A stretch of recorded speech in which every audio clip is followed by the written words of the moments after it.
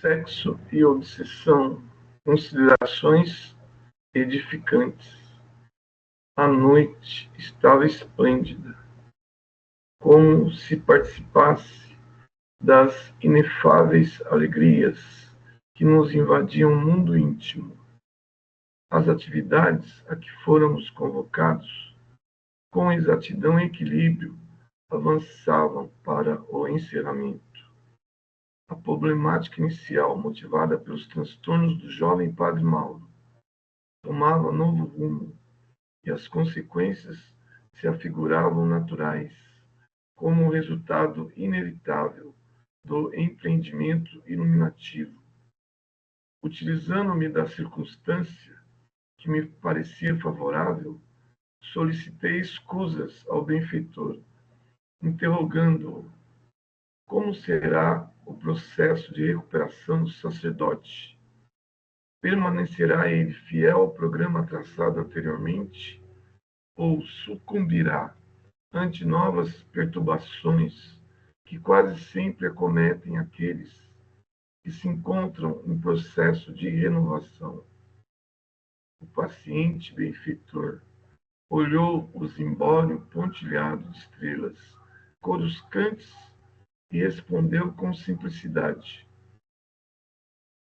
embora eu não possua, por enquanto, a faculdade de poder adentrar-me nos penetrais do futuro, depreendo que tudo dependerá do nosso irmão desperto para a diferente realidade da vida.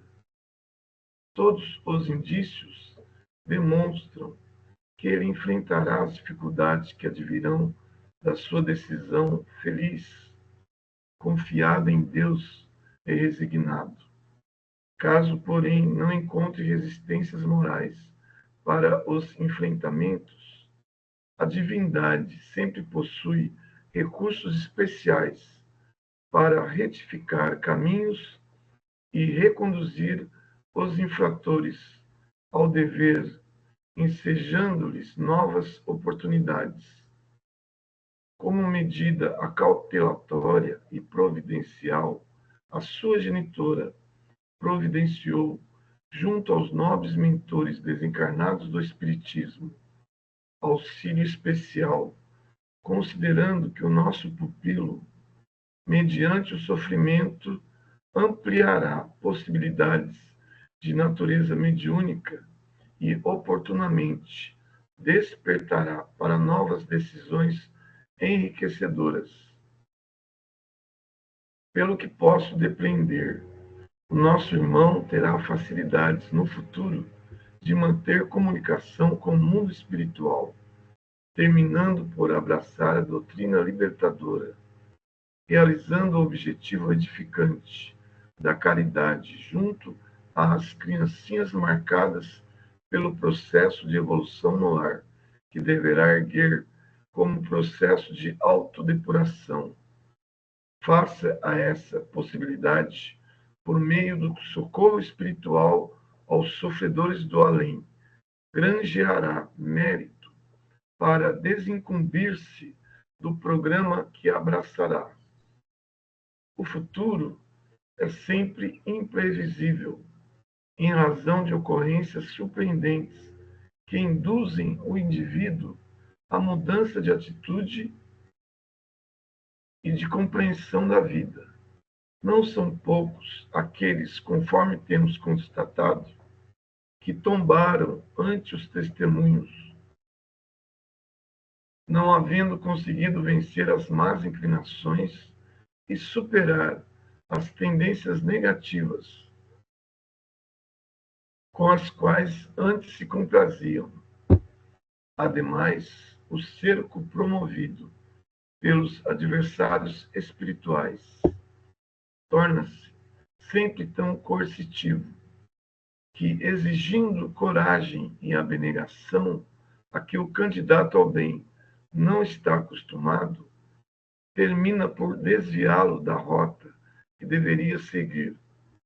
Todavia, se reflexionar um pouco mais e considerar os valores a que se deve aferrar, logo entenderá que as dificuldades fortalecem o caráter e os desafios desenvolvem os sentimentos de nobreza do coração e de lucidez da mente.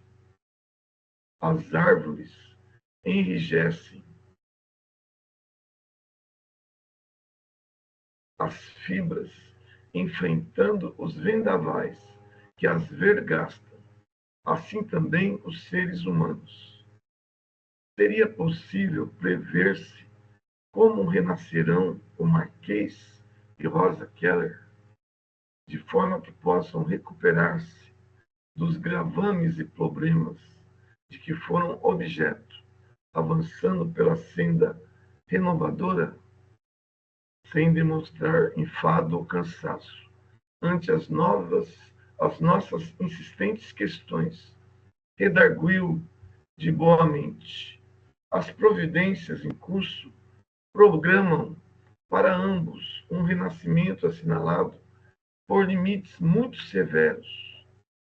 Como já vimos, eles terão necessidade de esconder-se no corpo, de forma que não sejam identificados pelos inumeráveis adversários que já os buscam, e outros tantos que estarão tentando encontrá-los na forma física, no futuro, a fim de se esforçarem dos sofrimentos experimentados. Agora, ante os que os residentes na cidade perversa consideram como deserção, os seus chefes providenciarão meios escabrosos a fim de encontrarem o antigo condutor de uma de suas áreas, para poderem afligi-lo e reconduzi-lo de volta. Desorientados e loucos, acreditam-se capazes de poder realizar quase tudo quanto lhes passa pela mente em desalinho. Divorciados momentaneamente da lei de Deus, supõem que a alucinação permanecerá sine die, como se fossem a representação das entidades mitológicas que povoariam o inferno, onde supõem encontrar-se, gozando individualmente e infelicitando todos quantos estombam nas armadilhas soezes. Desse modo, a venerável futura genitora, Marie Eleonore, voltará ao corpo em breve, a fim de os receber como filhos gêmeos. Ele cego e demente, ela surda e com várias limitações orgânicas. Experimentarão a orfandade muito cedo, quando o genitor os abandonará e a mãezinha abnegada, concluído o mister para o qual renascerá no mundo físico, retornará vencida por cruel enfermidade do aparelho respiratório. Será nesse comenos que o nosso atual paciente Mauro os encontrará, recolhendo-os nos braços e no coração da caridade, no lar que já deverá estar em funcionamento em cidade muito pobre no interior do país, identificando-os como seres aos quais necessita amar e socorrer, tornar-se-lhes-á devotado genitor espiritual, velando pela sua existência e iluminando-os com as incomparáveis lições do Evangelho de Jesus, interpretados pelo Espiritismo, que não poderão assimilar através do corpo enfermo, porque captarão psiquicamente, incorporando-as ao patrimônio espiritual para o futuro. Como sabe o amigo, nada se perde no universo. A poeira que sobe e polui a atmosfera, assim como outros resíduos químicos e de qualquer natureza, são os responsáveis pela aglutinação das moléculas, que se transformam em nuvens, evolvem em forma de chuva generosa, limpando as impurezas do ar e da natureza. Incapazes de raciocinar face às deficiências cerebrais, entenderão pelo espírito as determinações soberanas e aprenderão submissão, humildade e honradez para os futuros embates da evolução, rogando ainda perdão ao benfeitor, insistir no tema indagando. Sofrerão algum tipo de obsessão face aos desatinos praticados, especialmente o Marquês de Sade? Imperturbável e acessível, o mentor elucidou. Razões não faltarão para que ele experimente a colheita psíquica da sementeira de monstruosidades que deixou pelo caminho. Por essa razão, renascerá nos tormentos da demência, vivenciando também contínua obsessão provocada por alguns inimigos muito próximos e dos quais não poderá fugir. Essa luta que travará em espírito, afligi-lo-á demasiadamente, de forma que ao libertar-se, ao concluir a prova, poderá curar-se das aberrações que se lhe encontram fixadas no ser por largo período e das suas consequências degenerativas, aprendendo retidão e equilíbrio.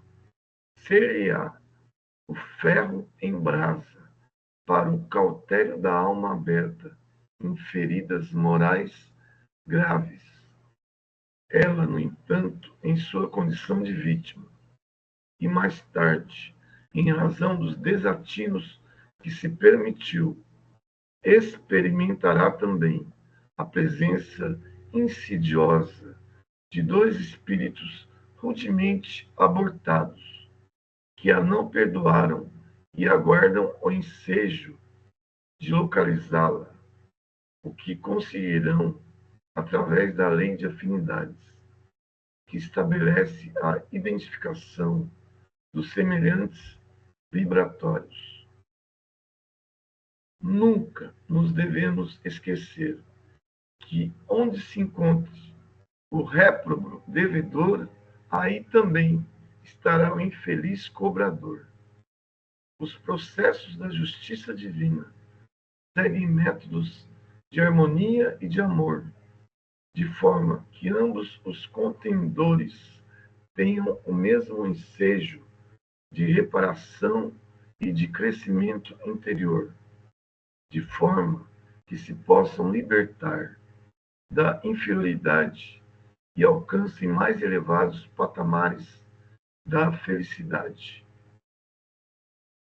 Desse modo, enquanto os adversários espirituais estarão afligindo-os em razão de se encontrarem os pacientes no lar da caridade, sob a inspiração de Jesus e recebendo as luzes do conforto moral e da misericórdia que verterá sobre eles, serão também beneficiados os seus algozes, porque ouvirão as dissertações espiritistas, receberão as energias saudáveis que serão aplicadas nos enfermos e os atingirão, vivenciarão uma psicosfera inabitual a que lhes é familiar. O bem tem dimensão infinita. Quando alguém acende uma lâmpada, não apenas se ilumina, como oferece claridade a toda uma ampla área. Assim também ocorre com o brilho da mensagem de amor, que ao acender os filamentos internos, irradia luminosidade por toda parte. Adentramos-nos pela instituição onde estagiávamos e a mente esfervilhava de interrogações que talvez ficassem sem respostas. Percebendo-me, porém, a ansiedade de aprendiz, o generoso amigo sorriu e sugeriu-me que apresentasse novas questões, o que ele de imediato atendi.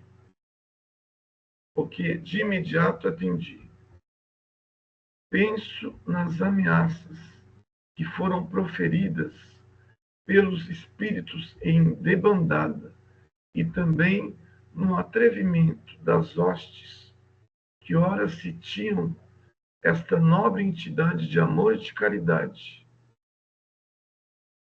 Quais serão as consequências para o ministério aqui desenvolvido? Terão os companheiros reencarnados condições para enfrentar tão perigosa trama? Caro Miranda, respondeu jovial, como sempre, quase sorrindo. Convém não esquecermos que se as trevas se organizam para a ação do mal, o Senhor da Seara vela pela mesma e pelos seus trabalhadores.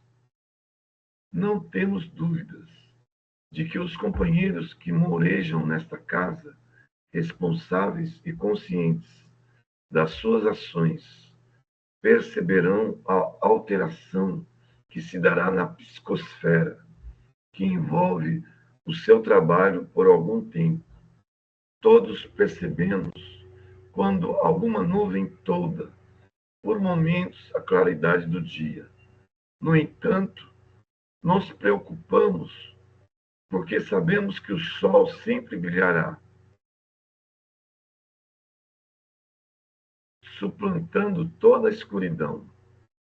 Aqueles que se comprometem a servir com Jesus não ignoram que as condições nem sempre serão amenas e que os testemunhos estarão sempre convocando-os à vigilância e advertindo-os dos perigos. Sabem também que, não obstante o joio enrodilhado às raízes do trigo, ameaçando-lhe a existência e produtividade, faz parte da plantação, que nem por isso poderá deixar de ser realizada. Desse modo, os esforços deverão ser redobrados e as atividades mais bem cuidadas.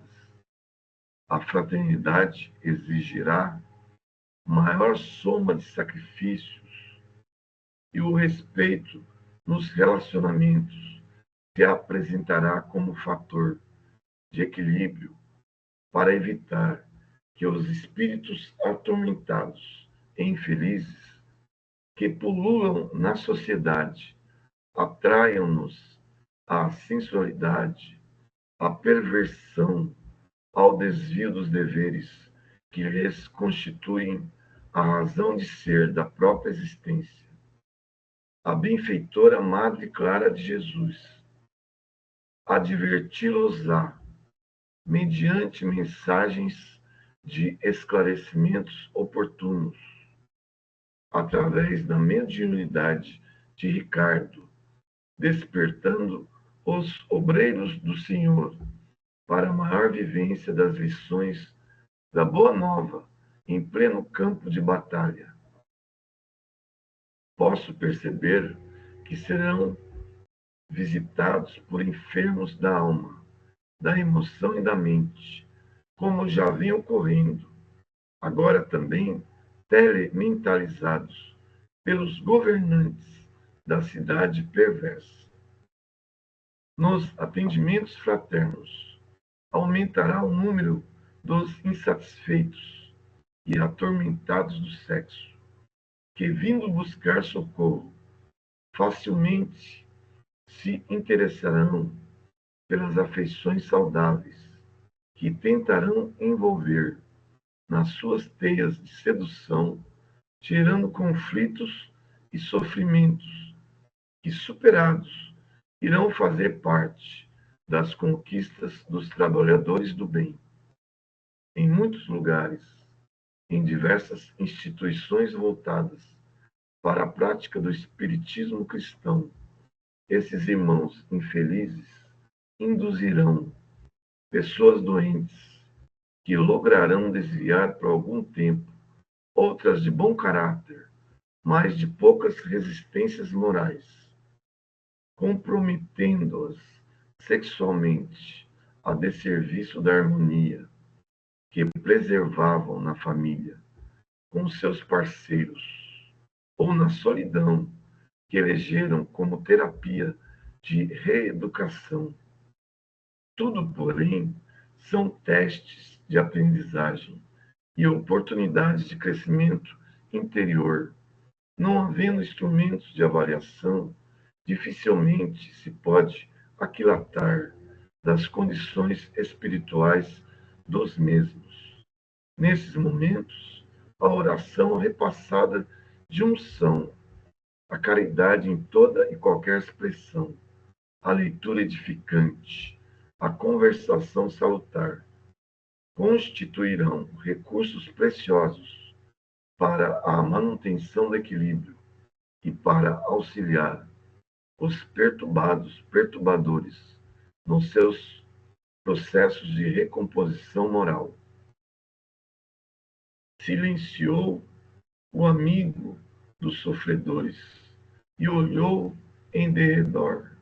A algazarra continuava. A festa da crueldade fazia-se delirante para os infelizes que estorcegavam na luxúria e no despudor, enquanto os vapores fétidos e morbosos das suas emanações empestavam o ar em volta da nobre sociedade. Após algumas reflexões, o sábio amigo concluiu: de alguma forma, todos vivemos momentos de loucura e de perversidade, enquanto deambulando pelas faixas mais primitivas do processo da evolução, quando predominam em a nossa natureza os instintos, comprometendo-nos por largo período, até o momento que, despertando na razão, iniciamos o nosso processo auto-iluminativo. Chegará também o dia para os nossos companheiros de luta, que se encontram na retaguarda, e não tardará muito para que tal aconteça. Como vimos, já se iniciaram os expurgos da região infeliz.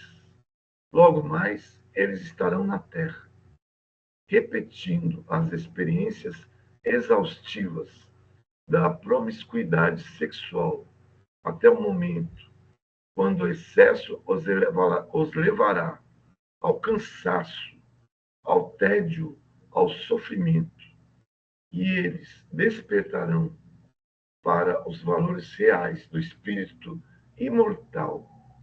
O império da sombra lentamente está sendo desmantelado pela luz da verdade, que anuncia era nova para a humanidade, que não suporta mais o peso dos sofrimentos e da falta de paz interior, abrindo-se para novas pesquisas e experiências na busca de Deus.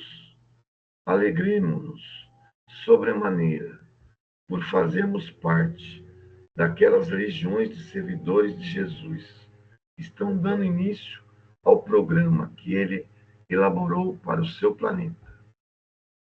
Quanto àqueles companheiros que ficarão, por enquanto, na retaguarda, corações afetuosos que os seguem de mais alto virão buscá-los, como ocorreu com nossa dona Martina e Mauro, com Dona Marie Eleonore e o Marquês de Sade, e a todo momento se incorporam aos grupos de socorro nas trevas, a fim de libertarem os seres amados que permanecem embriagados de paixões ou perdidos na noite de si mesmos.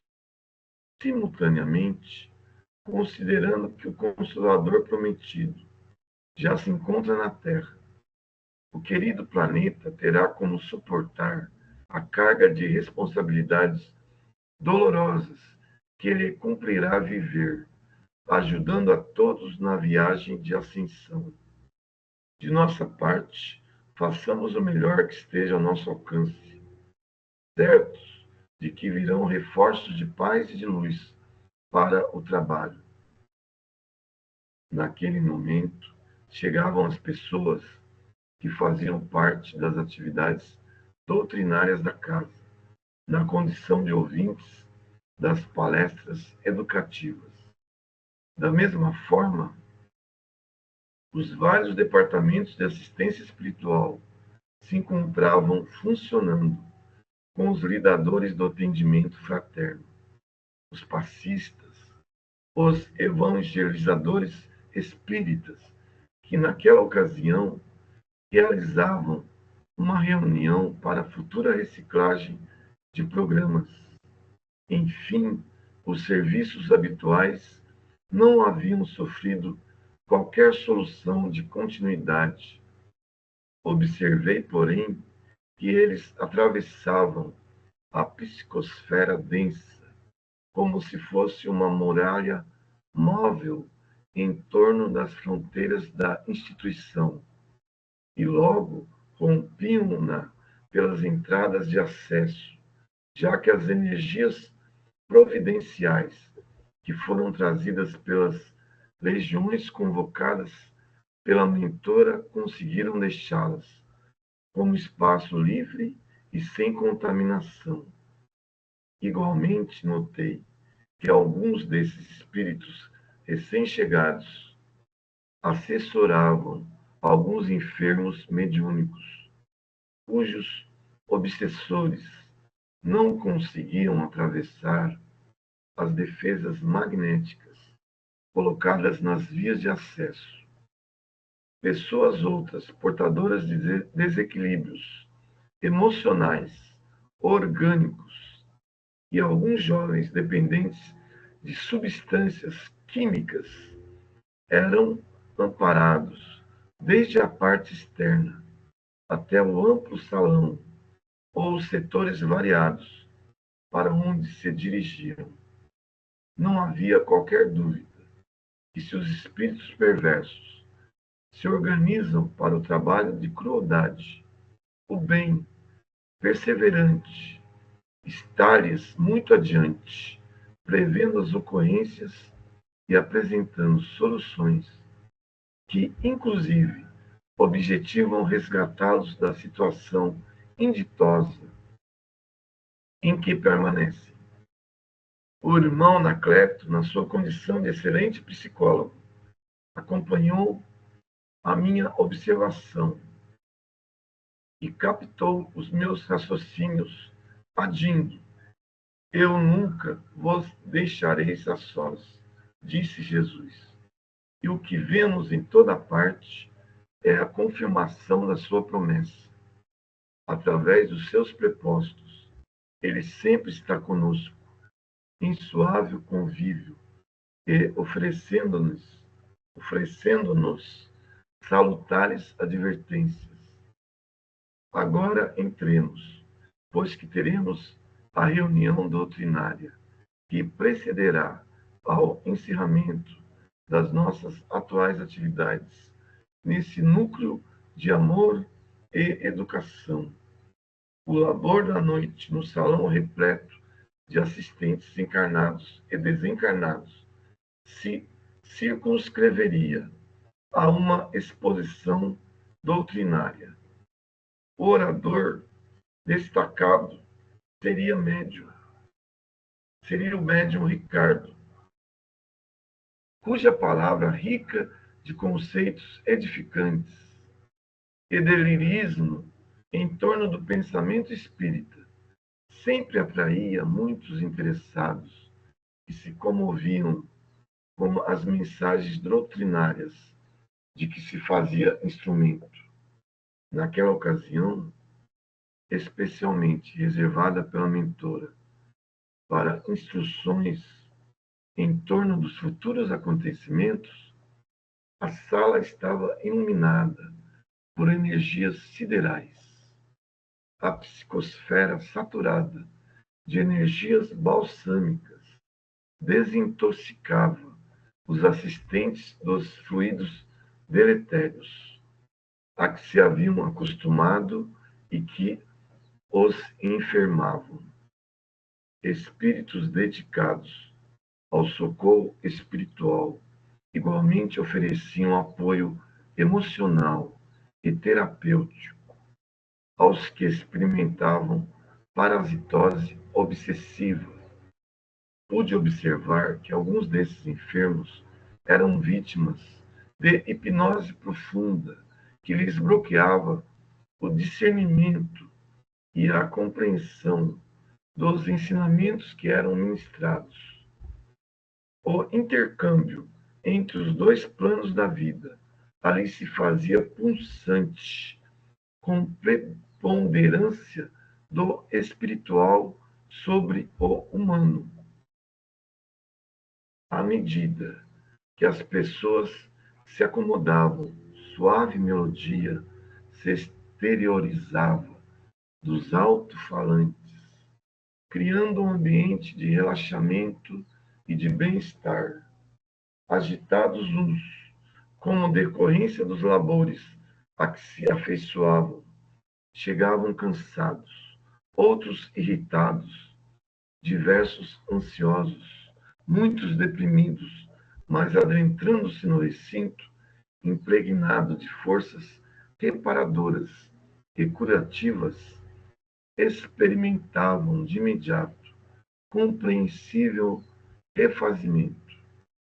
Mesmo aqueles que desconheciam os ensinamentos espíritas e eram visitantes de primeira vez, não se podiam furtar às vibrações agradáveis que os penetravam, modificando-os interiormente.